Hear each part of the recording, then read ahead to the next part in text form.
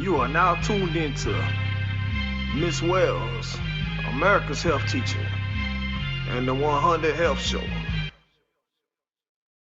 One, 100 Health Show. 100 Health Show. 100 Health Show. 100 Health Show. 100 Health Show. 100 Health Show. 100 Health Show. 100 Health Show. 100 Health Show. 100 Health Show.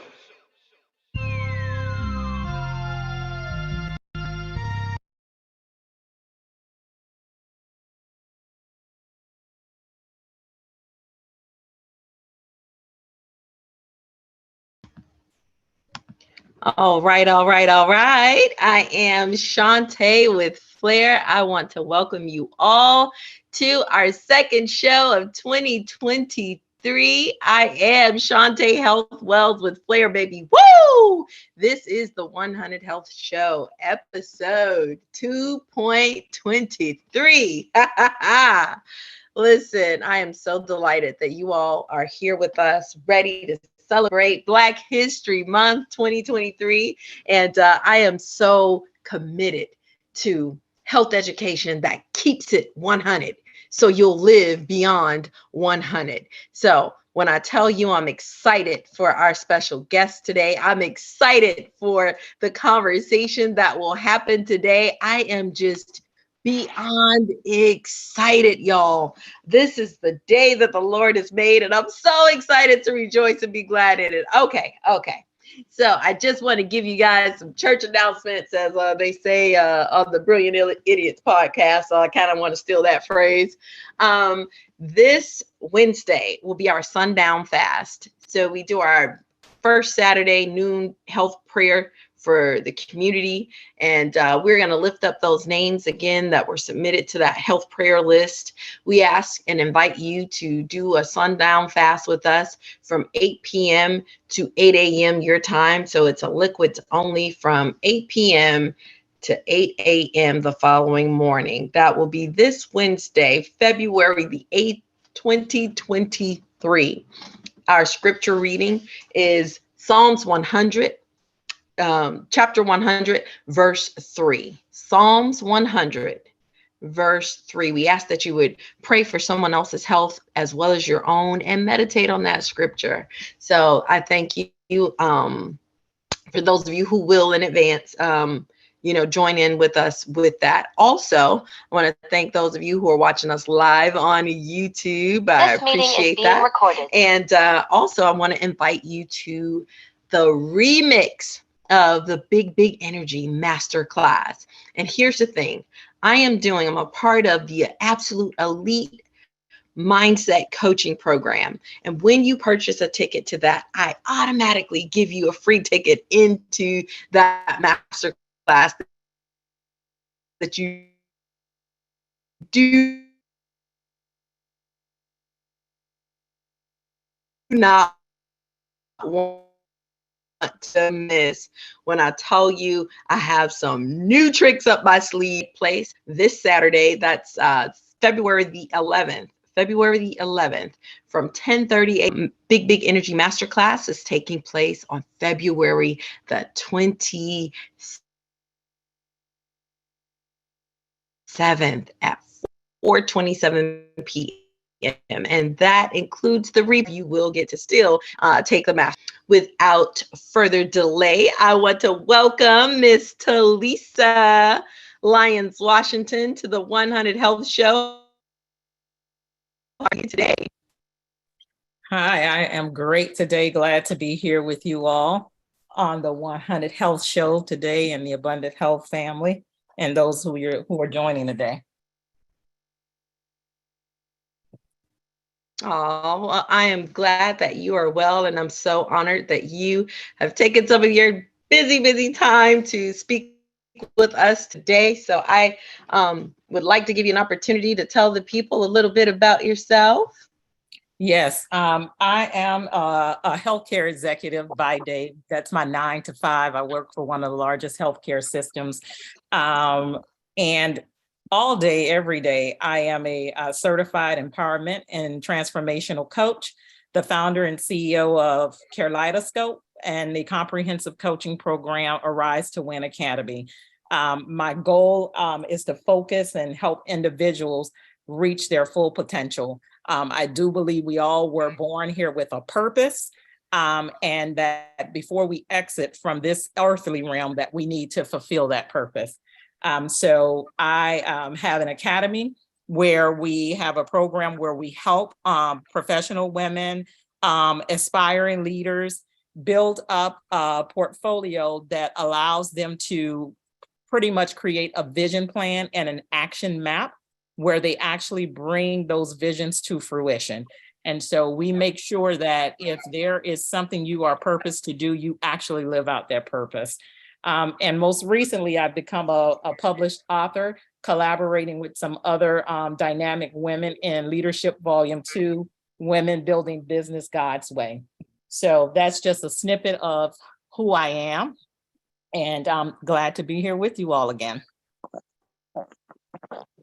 Well, thank you so very much. And we are truly, truly honored to have you in our midst. And I want to get right into these burning questions. So the first one is, I like to call it my health story aspect. And I love to see what story people create out of just 5 words. Choosing 5 words to describe you or to tell us, who you are in 5 words or less. Tell us who you are or about your passion or the things that you care about. So what would be your 5 words that you chose, Miss Telisa? So my 5 words would be believer, faithful, humble, risk taker, warrior. I love that.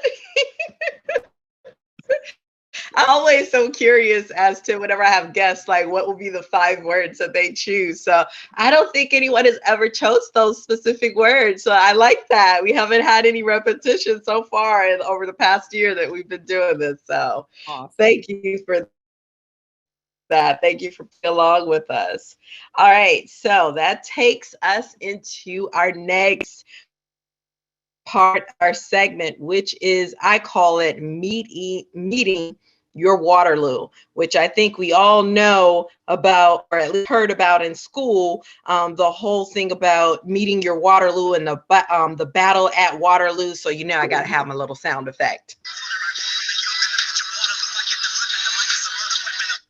All right, I think Eminem summed up the whole intensity of Waterloo in his little clip there. So my question to you is, in light of Black History Month and honoring our ancestors and contributions that they've made, tell us about some of your ancestors, how they got over some of the challenges that they were faced with. I mean, we had a phenomenal conversation, and that's why I really wanted to bring you on the show, because I think it would add so much value to others to hear some of the story about your family and how they got over.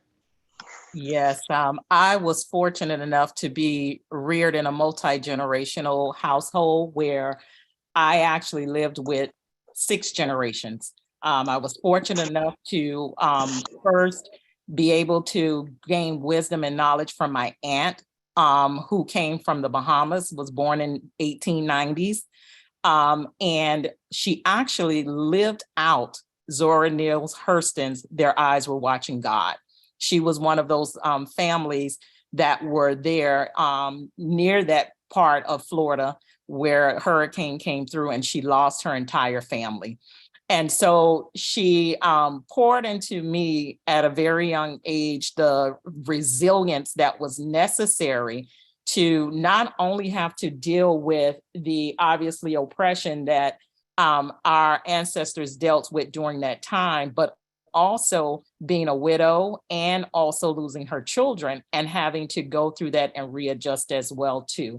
What I found in her, and she lived to be 99 years old, was she never lost her faith. She always maintained that she needed to keep her strength because she knew that her story was not just her story, but God had placed her through that story and during that time for a purpose. And so she herself would always go out pour into other women who had lost as well, to coaching them through the grief process, helping out in her community, which they finally, when they relocated after the hurricane, was in Overtown. During that time, obviously, under her came the next generation, which was my great-grandfather, Ernest B. Ferguson. He actually is the very first police officer for Miami-Dade County, very first Black police officer for Miami-Dade County. And I was fortunate enough to be reared by him and my great-grandmother for my entire childhood. And one of the things that I saw in him during his time, because he, if you think about those times, that was in 1957. We were still dealing with segregation. We were still dealing with not being able to use facilities. Oh no, it sounds. And so we obviously, he during that time, he was able to persevere, and he was able to move up through the ranks of the police department, ultimately retiring out as a sergeant of the police force. And during that time, he worked very closely with several of the civil rights organizations, including the NAACP, and was founder of the Progressive Officers Black Club that still exists today. One of my other cousins as well too, Hilton E. Hanna, he fought alongside with Martin Luther King. They were very, very, very good friends. And he actually relocated from Florida, from Miami to Alabama, to Selma, where he took up residence there in order to fight the oppression that was occurring there. So he marched with Martin Luther King, he marched on the bridge, and up until the 1990s, he worked very closely in Washington, D.C., and was an ambassador as well to some of the presidents. So for a very, very long time, they all instilled in us that number one, the way to fight and overcome the challenges that they were facing, they had to be knowledgeable. So they were very, very, very, very well educated.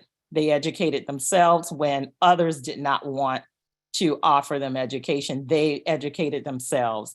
Obviously, at the top of the list was faith. They never lost their faith in God. They collaborated, because not only did they fight the fight by themselves in the Black community, but they also then connected to others outside of the community who saw the change that was necessary, and they were able to build relationships and collaborate in order to push forward initiatives with some of our civil rights leaders. And then they were vigilant, just steadfast and unmovable, always abounding, moving and pressing forward. And so I would say they passed that on to us, and we continue to tell the story to our children. I know right now we are seeing in our school systems where history itself is, they're trying to erase it. So we do our due diligence to educate our children, educate our community, make sure that it is taught in the churches, and we tell our children our own family history so that they know the strength that they come from. Absolutely love that. And just to know, like, that type of rich history is right here local to those of us who are in South Florida. But to know someone whose family was really and truly like Black pioneers here, I just think that it just really inspires me to know that, you know, your great grandfather and your parents and your grandparents, just their persistence and all that they were able to do to be able to set your generation up to continue to go further. So thank you so much for sharing that wonderful story with us. So my next question to you would be, could you tell us about one of your challenging times and how you came over it? I would have to say, as you know, as we live life and the older we get, we have a few challenging times. But one I believe that probably comes to mind now is over the last 3 years where we had to deal with the pandemic. In dealing with the pandemic, I had a triple whammy because not only did I deal with the pandemic, I also dealt with my parents going through terminal cancer and also a grandfather. And having to step in and take on that responsibility. And also, of course, working in healthcare, we never stopped working. We were working day and night. So balancing work and life and all of the unexpected, it was challenging. But the one thing that I can tell you that sustained me during that time and still allowed me to actually press forward and still have that resilience is the two most important things, faith and family. We cannot do anything for me without God. As for me and my house, we will serve the Lord. And family is your foundation. And I'm thankful that I have a close-knit family. And when I say my family, I mean my immediate biological family, the extension of that beyond the people who have touched our lives and support us daily, my work family, just having a solid foundation is what I think carried me through. And by being able to do that and having that support system, it allowed me to face those challenges during those times. And we were able to overcome and move along very, very smoothly. Wow, just when you think like, you know, you've gone through some things, to hear that you went through all of that in the midst of a pandemic, that in and of itself is beyond remarkable. And I definitely commend you. And I know that people who are hearing your story, today's theme is how they got over. That is the topic of the conversation that we're having today. And my special guest is Miss Telisa Lyons-Washington, whose family has definitely crossed over into some amazing things, and she herself has done so as well. So I just really wanted us to be able to have a conversation with you about your story. So our next segment is really truly about pouring back into young people. So I like to phrase this question every time I speak with a guest. What message would you give 12-year-old you about crossing over to the other side of a challenge? Ooh, I would tell 12-year-old me is to have persistency, be persistent. Even though things may not look like they're going well, it is all for a purpose. It's something that you're learning. It's something that's for you to grow. And you just have to maintain persistency. Keep pressing forward. Be your authentic self. If you focus on being authentic you, then you will show up as your best self all the time. I know at 12 years old, we're right in that middle age, that tween age, as they say, where we're leaving childhood and moving into that young adult teenage stage, and we're kind of trying to find ourselves. And oftentimes you'll get caught up in, how is everyone perceiving me? How do I fit in? The best way to fit in is just be you.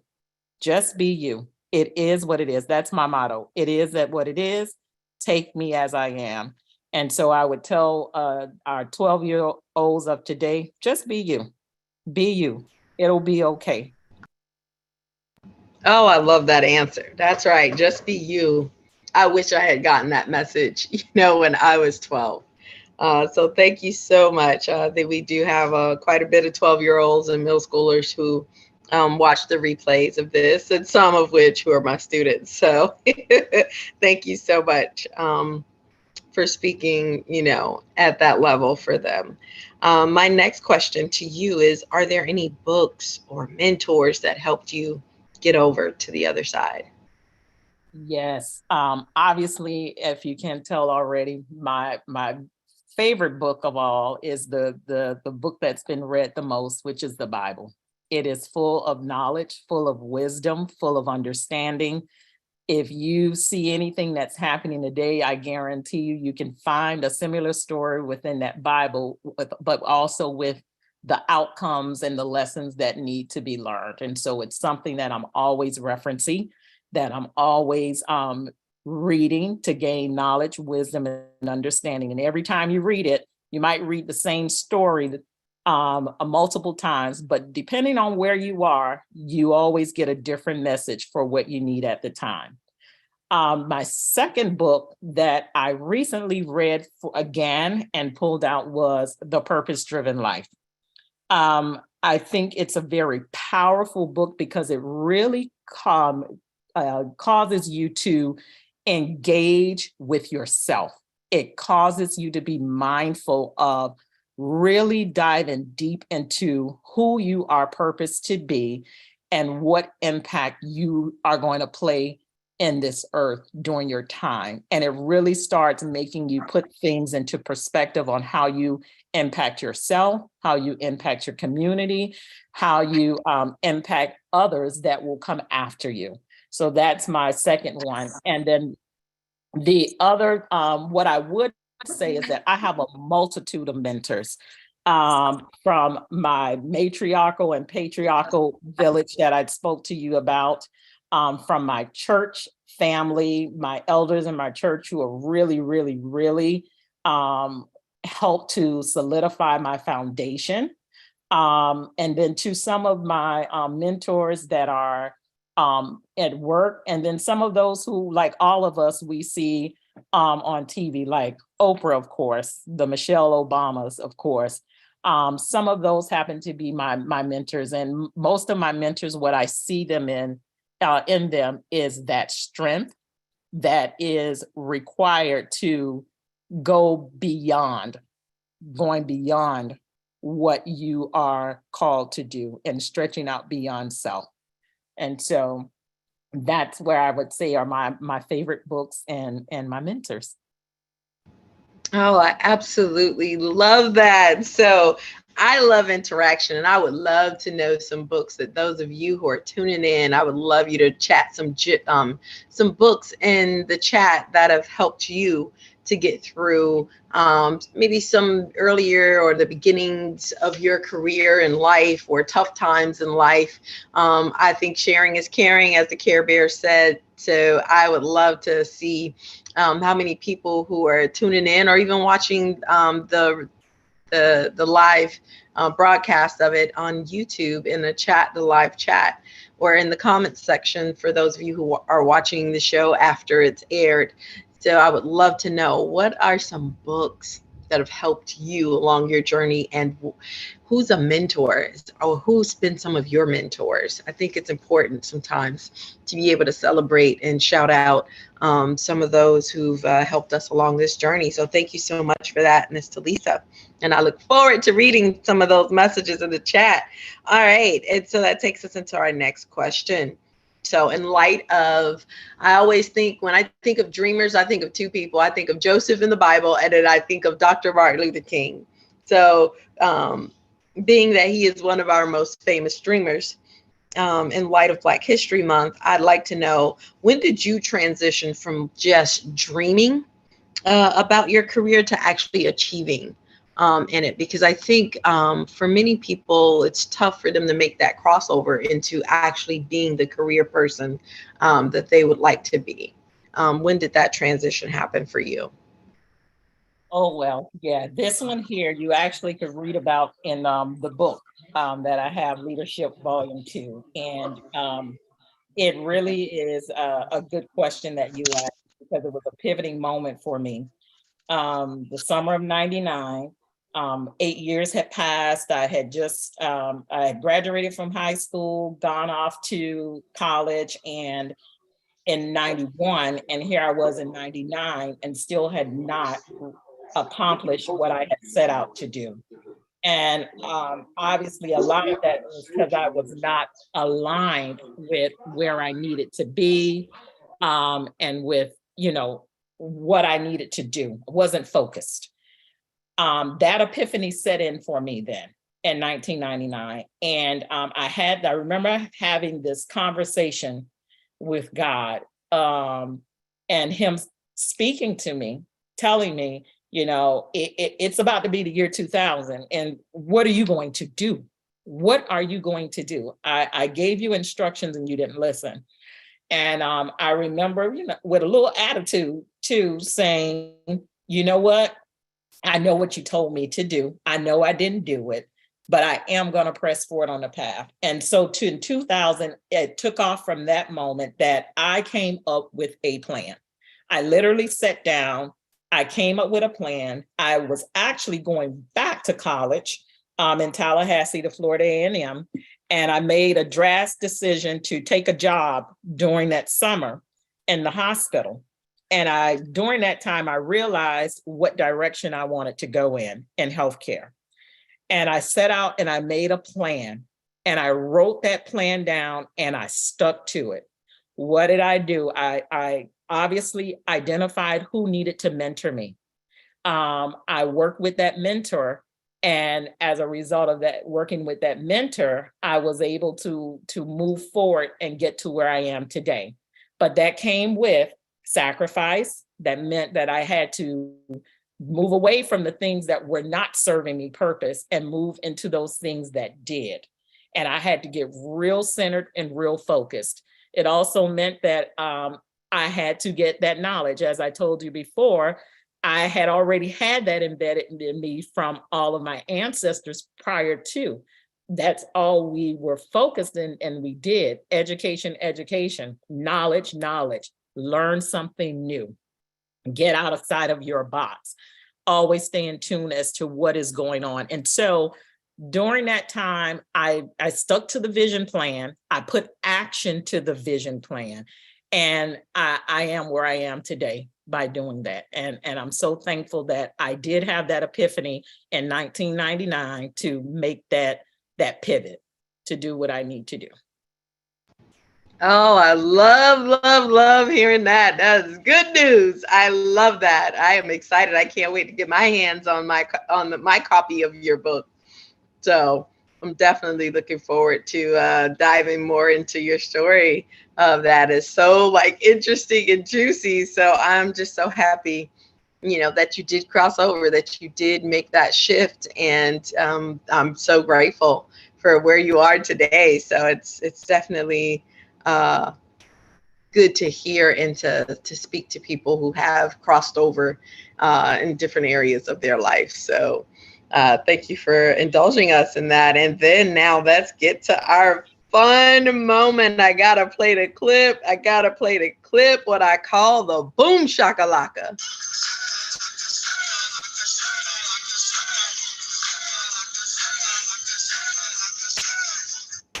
All right. So my next question is, because this is something I'm definitely passionate about, are there any causes or charities you'd like to give a boom shakalaka shout out to, and why? All right, so I have two of them. My first boom shakalaka goes out to the Lotus House. It's a domestic violence nonprofit organization that has helped many women who've experienced domestic violence get back on their feet and move forward in life. They have a very comprehensive program where they provide them housing, but not only do they provide the housing, they also provide all of the essential skills that they need. And by the time these women leave that program, they are able to go out into society and be productive in a safe environment. My second boom shakalaka goes out to my Arise to Win collective group. These are some powerful women, humble-hearted women who always seek out to help anybody that's in need. At any given time, I can call on them and say, hey, this person is in need of food. This person is in need of clothing, whatever it is. They come together and we get a plan together and we deliver on that. So those are who I would give my two boom shakalakas to today. Oh, I love that. And I am a living witness of the work that the Arise to Win does. And I love the Lotus House. I've definitely done some volunteer work for them. It's an amazing organization.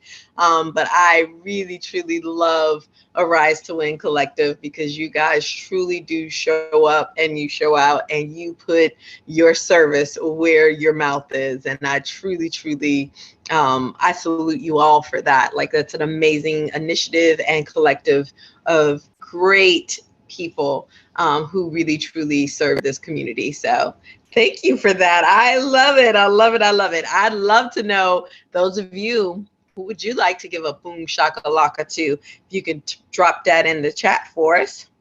All right. And then this takes me to our final segment, which I call our health fantasy. So what's your new health day resolution just for tomorrow? You know how it's the beginning of the year, people set New Year's resolutions. I say the timeline is too long.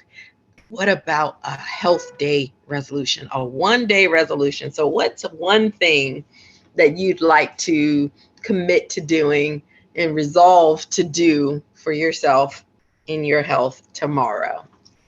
My one thing that I already had on my calendar to do health-wise is tomorrow is plant-based day only. No meat at all. It's a plant-based day to give my body that time to detox and get some of that heavy load off that we typically carry when we're eating a lot of heavy protein and food. So meatless Monday, it will be tomorrow. Oh, I absolutely love that. Yes, yes, yes. Mine is a liquid Monday tomorrow. That's my health fantasy, is to do all liquids tomorrow. So super, super excited. It's been about, I try to do it at least every 90 days, if not every 60 days, to do a full day of liquids. And I love the way I feel the following day. So I like that health fantasy. Thank you so very much. And I would love to know what some of you guys' health fantasy is. What's your 1-day health resolution? I would love for you to drop it in the chat. And I'd love to be able to follow up with you and find out if you kept your resolution to yourself. And last but certainly not least, are there any closing thoughts or any homework assignments that you'd like to give us or challenge us to do before we find out how we can connect with you online? Yes, 2 things that I'm going to challenge you all to. First, know your history. Know the history of the country that you lived in. The only way that we don't repeat the cycle is by being knowledgeable of what did not go right before and how we had to overcome it. So know your history. Some of the ways that you can do that here, right here locally, we have the Black Archives. I encourage you, strongly encourage you, if you have not gone to the Black Archives, to please do so. It was located in, I believe, the Joseph Caleb Center. That's where it was initially housed, and I think it is still there. Some of the things I mentioned to you today about my family are there in the Black Archives, but not only that, you will find history of so many movers and shakers that have brought us to where we are today, right here from our South Florida area. Get educated on it. And if you ever have the chance and have not done so yet, I'd strongly encourage you to visit the National Museum of African American History in Washington, D.C. It is definitely something that I believe should be required curriculum for all U.S. citizens to visit there. Those are the things that I will leave you for Black history. But you all are history. You're history makers right now. And so I know a lot of us have made our vision plans in January, and I'm hoping that you are taking action on them. I want you to go back and do 10 minutes of homework.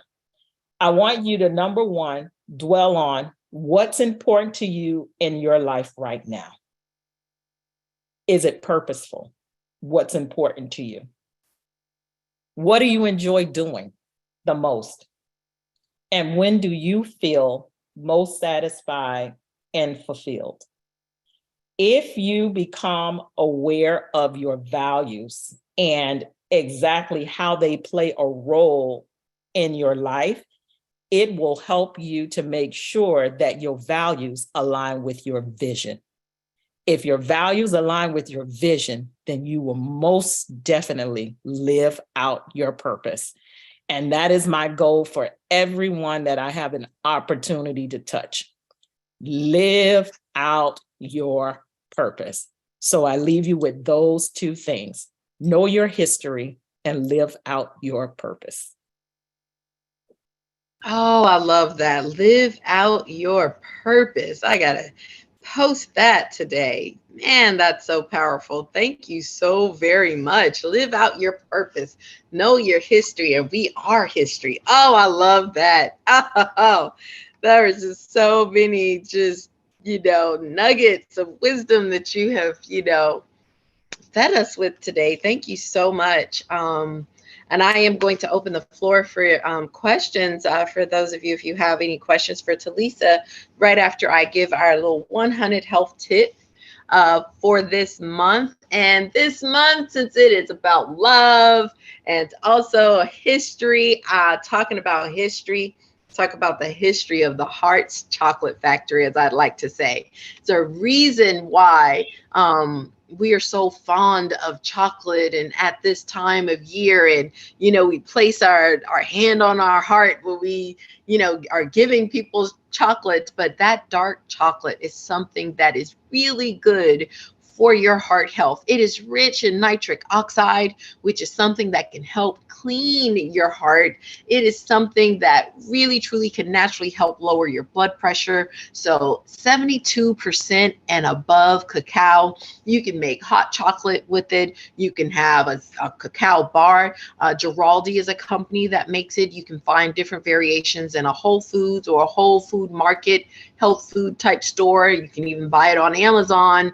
But find something that's close to you, and start incorporating dark chocolate into your weekly or monthly or daily routine so that you can just do simple things to help your heart.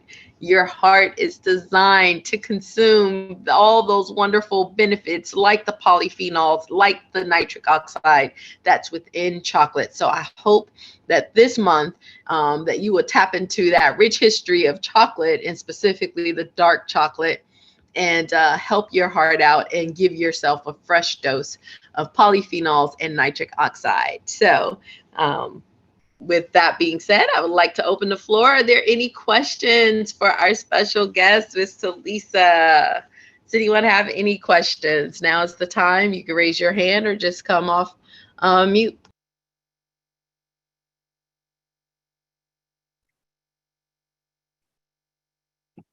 And questions, comments, or feedback?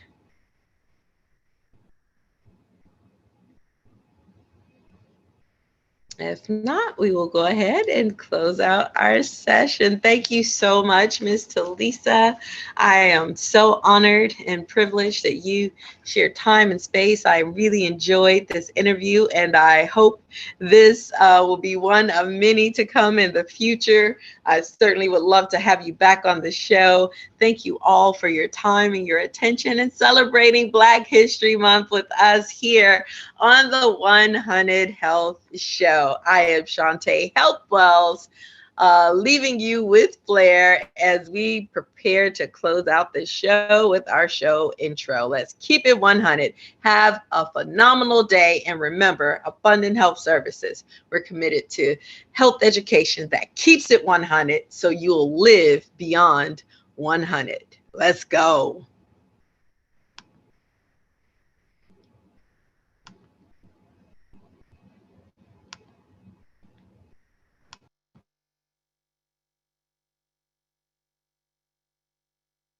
Hey, Abundant Health.